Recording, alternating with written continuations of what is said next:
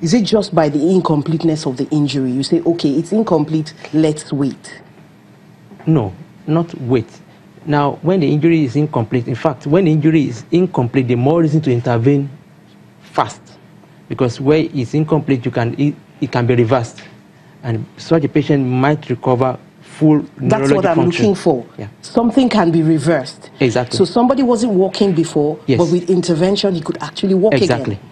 So it's not, oh, you've been injured, it's over for no. that section of your body. No, that's not correct. Okay. Now, of course, from what you said, I suppose that quick intervention is a major issue here. Exactly. And it's not that, oh, he's injured, let's just leave him like that. No. But, you know, in this country, our ambulance system is not developed. So I was just wondering, since most of these things are caused by accidents and you need quick intervention, what does someone like me, who is not a doctor, do when one happens on an accident where there's been a head, neck, or brain injury? How does one handle that case in order to save the person? Because the person can't move and there's no ambulance service. What do they do? Well, the patient will have to be conveyed to a health facility all the same, where he can be cared for. Majority of spinal injuries turn out worse because, you know, patients or bystanders don't just know how to do, what to do, how to do better. And so if there was an incomplete injury, injudicious movement could make it snap. So how you extricate the patient, for example, from an accident is all important. Okay. In more organized systems, usually you would find paramedics, lots of them. You could support the back with, they usually would support the back with a spinal board. Okay. Yes, you would also want to immobilize the neck. We have those here. Yes, we do, but they're rather patchy. Neck collars, or what do they call them? Yes. Spinal collars. Yeah, yes. neck collars. Yeah. But rarely would you find members of the public carrying them around. Why? So, well, I mean, if it's necessary. Well, apart from health workers, maybe a health worker would know, for example, but it's a recommendation that can be made. Yes, and I think it would be, to prevent that, it's better to start by way of public education, which is what we have begun to do. And I believe subsequently various bodies, medical bodies, for example, the Nigerian Orthopedic Association, could organize courses. You could just think up some content and get the public to come because the accident could be far removed from the scene, from a hospital. From a hospital. Yes. And moving the patient could make it worse. Yes. So one has to learn how to move the patient. Exactly. So the basic thing is that you move the patient en bloc, like in one piece. Just the way they do in the hospital at the count of three. Exactly. 3, 1, 2, 3. Exactly. Exactly. Okay. Somebody holds the head and the neck region. Yes, there's a way you put the arms across and somebody controls. Somebody holds the waist and somebody controls the legs. And the person at the head and the neck controls how you move and will tell you how to do it and to move the patient all at once. So you must immobilize. Yes, you want to prevent any sudden jerky movements. Okay. Yes, but tentatively you could use sandbags.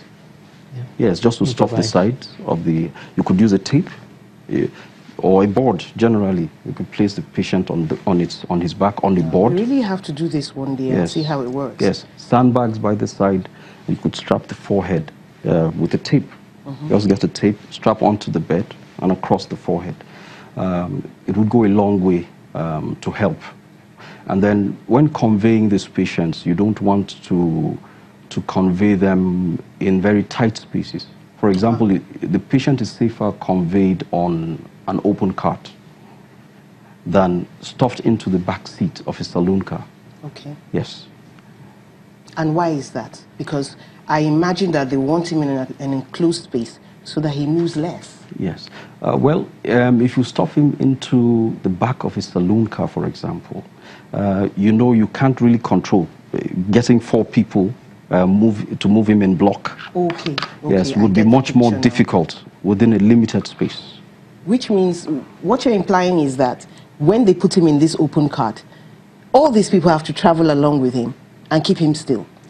Well, if he's going to be conveyed in a safe manner, once he arrives at a health facility where there are trained staff, they could go ahead. They know how to handle a patient's movement onto the couch. Okay, we were talking about prevention before we came in, and some interesting things came up. So tell us, what can we do for prevention? Yeah, one of the starting points of prevention is education and enlightenment, like this program, which is part of the aim of this program, to let population know the common cause of spinal cord injuries. And then going forward now, the other preventive modality will be legislation and enforcement of traffic laws, because like we said, road crashes are the leading cause of traumatic spinal cord injuries. So you want to enforce these traffic laws, control of speed while driving. I mean, that's quite important. Then, of course, using seat belts, and also importantly too, aside adhering to driving speed, is of course not drink driving, because of course that clouds the judgment. That's out already. Exactly. So the issue is enforcement of these laws, because like here we have these laws, but just like they are not being enforced. What are these laws exactly? You should have good roads. Yeah. You shouldn't speed. Exactly. And then, of course, to driving safe vehicles. I mean, what is a safe vehicle?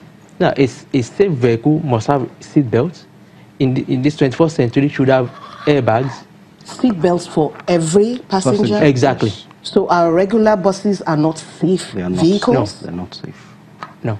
And you would agree with me that a lot of them are not roadworthy. Yeah, exactly. Well, yes.